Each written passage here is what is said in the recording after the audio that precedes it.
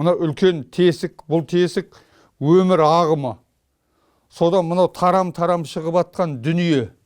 Мынау тарам-тарам болып атқан. Бұның төбесіне кеме қоямыз. Парусасымен кәдім кеме. Нұх пайғамбардың кемесі. Мынау қазығұрт. Қазығұрттың төбесі. Сонда бұны қойып кеме 1,5 метрдей болады, биіктігі жерден бастағанда 3 метрдей болады. Бұны таңдау Алла тағаланың өзі табиғатпен берген таңдауы. Табиғат өзі саған көрсетеді. Мынау болады, мынау болмайды.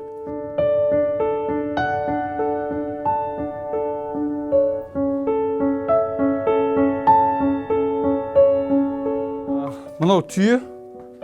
Бұл түйенің бергі жағында біздің қазақтың жаңағы айтып жатырмын ғой, тілі, ділі, діні деп. Осы үшеуі тұрады бер жағында. Ар жағында 5 қару. 5 қару. Айбалта, найза, қылыш, садақ, қалқан, шоқпар. Арғы бетінде қазақтың бүкіл 5 қаруы тұрады былайынан. Бер жағында мынау қобыз, домбыра, шаңырақ.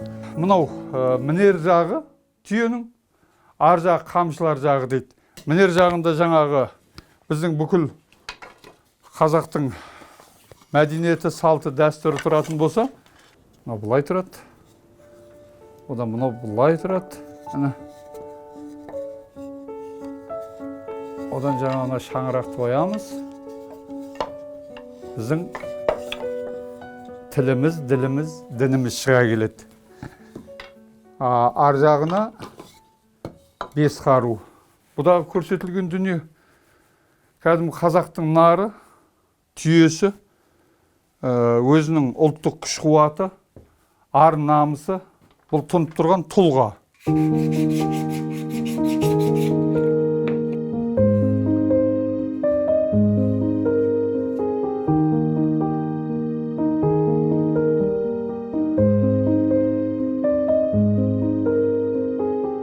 Термен де жұмыс істедім, жүнмен де жұмыс істедім, матамен де жұмыс істедім, бірақ ағаштың өзінің жөні бөлек. Бұл жалпы өнер деген өзі қызық дүние ғой.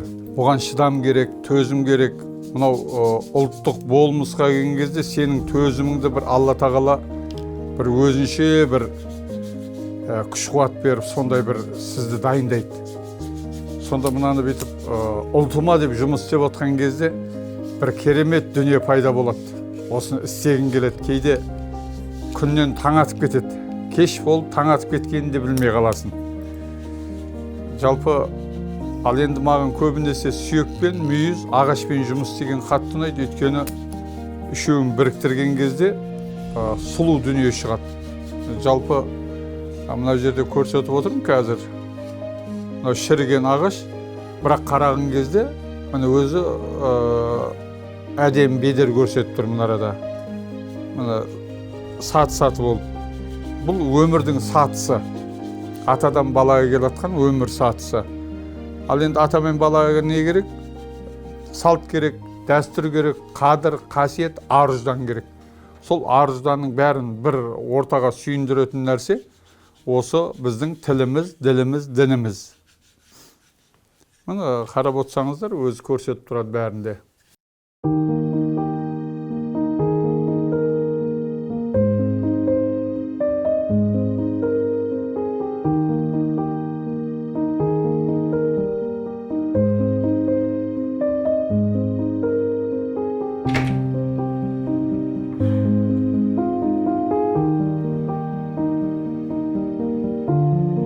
18 сағатқа дейін жұмыс істеймін. Егерде Алла тағаладан сұрауға қорқам, бір суткіні 24 сағат емес, 36 сағатқа беретін болса бар ғой, онда мен 24 сағат жұмыс істеген болар едім. Бірақ осы 24 сағатта бір тәулікте мен 15-16 сағат жұмыс істеймін. Бұл дүкен деген керемет қой. Дәл осы таңда мен мына дүкенді мен ештеңеге айырбастамаймын. Мынау күйе жеп қойған дүкенім мен үшін өмірлік наным. Бұны әркім нан деп қарау керек, өзін бағалау керек. Сосын кейін жалқаулықты, надандықты, жалпы бұл мен көкірегімді ашады дедім ғой. Сонда бұл сенің бойыңдағы бүкіл жамандықты мына жер тартып алады. Мына бойыңнан бүкіл жамандық жерге кетеді. Сөйтеді де сені жақсы бір тұлғаға айналдырады дүкен деген.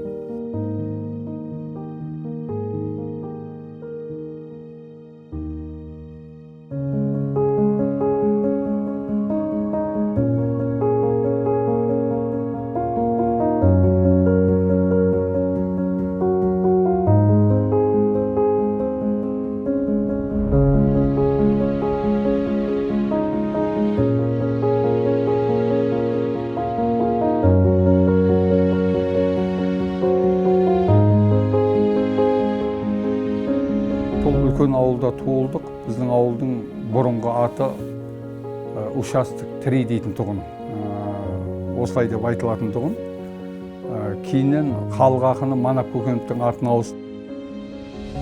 Біз жалпы 10 бала болдық. 10 баланың 2-еуі қыз. Мен үйде ер баладан 4-шімін. Жалпы біздің семьяда барлығы творчествоның адамдары, өнердің адамдары. Біз не көрдік, не үйрендік? Әкемізден бәрін үйрендік. Әке Асқар Тау деп жатады ғой. Бізге өмірді қалай сүруді, өмірді қалай бағалауды үйретті.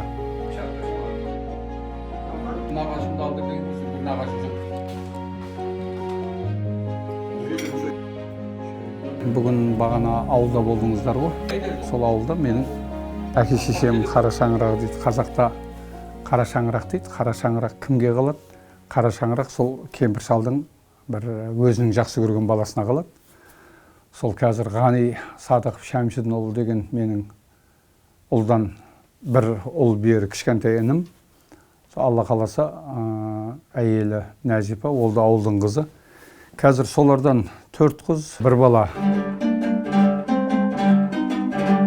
Үйдегі балдар домбырамен, гитармен өлең айтады. Бұл жалпы әкесі домбыра тартып, гитар тартамайды. Қыздардың домбыра тартып, гитар тартып, өлең айтуы кеше біздің әке шешемізден қалғандар. Құда қаласа, оларға да бір осы қазақы салт дәстүрдің қаннан келатқан болмысы олардың да бойына тарқаған. Біздің шаңырақта жалпы барлығымызда да әйтеуір бір өнердің бір ұштығы бар. Мен училищеге барған кезде барлық пәндерге қатысып жүрмін. Күндердің күнінде сурет пәніне барсам, жаңағы Үмбет ағамды көрдім. Пахриден бізге оқуға келді. Ол өзінің бос уақыттарында менің мастерскойым болды, художественный мастерскойым. Сол мастерскойға келіп, маған көмектесіп жүрді. Көмектескенде біз бірге сурет салуды үйрендік. Келе-келе ол әрдеген сұрап, өте ынталы, зерек, сосын ана жандегі өнерге деген қабілеті зор, ол ешқандай уақытпен санаспайтын. Бұл кісі маған 3 жыл үйретті. 3 жыл үйреткенде ол кісінің бір құндылығын айта кету керек. Ол кісі бір керемет адамға түсіндірген кезде, Пахриден, мына жерің дұрыс емес, мына жерге кішкентай қоңыр крас қосып жіберіп, араластырып жерсең, әдемі свет шығады. Әйтсе, қара краскін тарт жер үстіне ақ тамыз жерсең, мынау бұлай болады деп, сол Үмбет аған жаңаға бір үлкен мынау өнерге деген бояуын шығаруға үлкен көмектесті. Оның шығармашылығы біздің қазақтың ұлттық дәстүріне, әдет ғұрпына, салтына тікелей байланысты. Ол ұмытылып кеткен көп біздің дәстүрлерімізді өзінің шығармашылық жұмыстарында көрсете білді.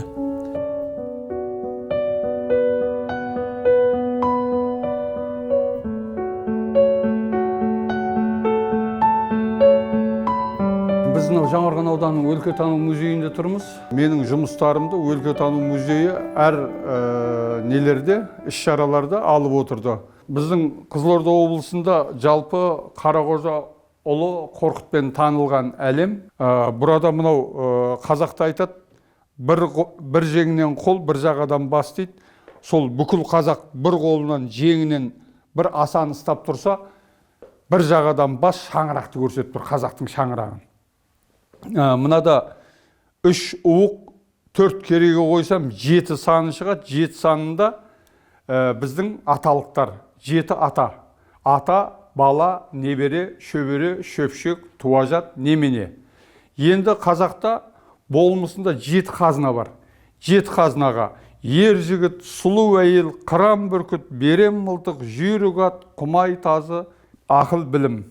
Ал енді мынау ананың құрсағы. Ананың құрсағы болып келеді. Ананың құрсағында Қорқыттың бейнесі. Мынау табандап тұрған Қорқыттың нағыз бетіп менмін деп тұрған шағы. Жалпы Қорқыт ажалдан қорықпаған, өлімнен қорықпаған. Бұны 2008 жылы 1 жыл 8 ай дегенде аяқтадым.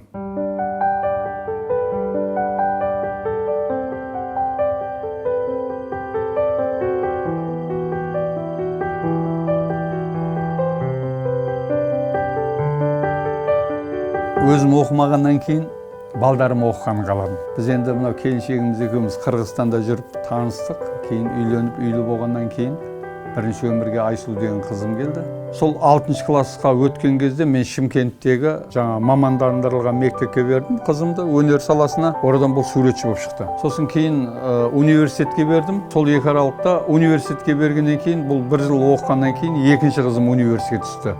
Бұлардың бәрі өнер факультеттеріне түсті. Екеуі университетті бітірген кезде 3-ші қызым Гүлзинат колледжге түсті. Менде Айсұлу, Нұрсұлу, Гүлзинат деген 3 қыз бар. Ұлдан Мұхаммед, Омар екеуі де. Бұлар да өнер адамдары. Бұл колледжде оқиды. Жалпы мынау зергерлікпен айналысады. Қазір студент. Алла қаласа күніге кешке келіп, мен мынау заготовкалар жасап тастаймын. Солар наждашт етіп, маған әзірге көмектесіп жүр. Келешегі бұл бала осы керамикамен, сосын кейін жаңағы эвоксидный смоламен келешекте. Сол екеуімен жұмыс істетсем деп отырмын. Әзірге мен қасымда сабақтан кейін келіп көмектесіп отырады. Күніге осы жұмысымыз.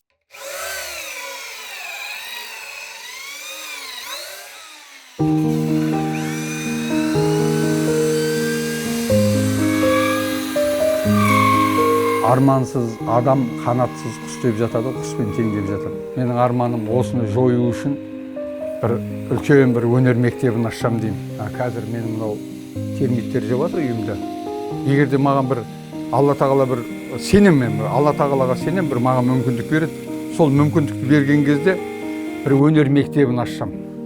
Өзбекәлі Жәнібеков атындағы бір мектеп ашып, ұлттық ағарту қол өнер орталығы деп қойып, содан сорада кигізден, жүннен, теріден, кілем тоқудан, домбыра шабудан сондай бір класстар ашып, сөйтіп адамдардың бір мейірімін оятсам деймін. Менде арман бар.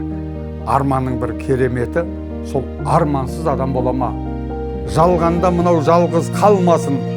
Жақсылығын адамдар өмірінен таңдасын. Өмірсіз өнер болама. Өнерсіз өмір қалама. Адамның білсе баласы өнерсіз далада қалмасын деп бір арманым. Үлкен бір мектеп ашу.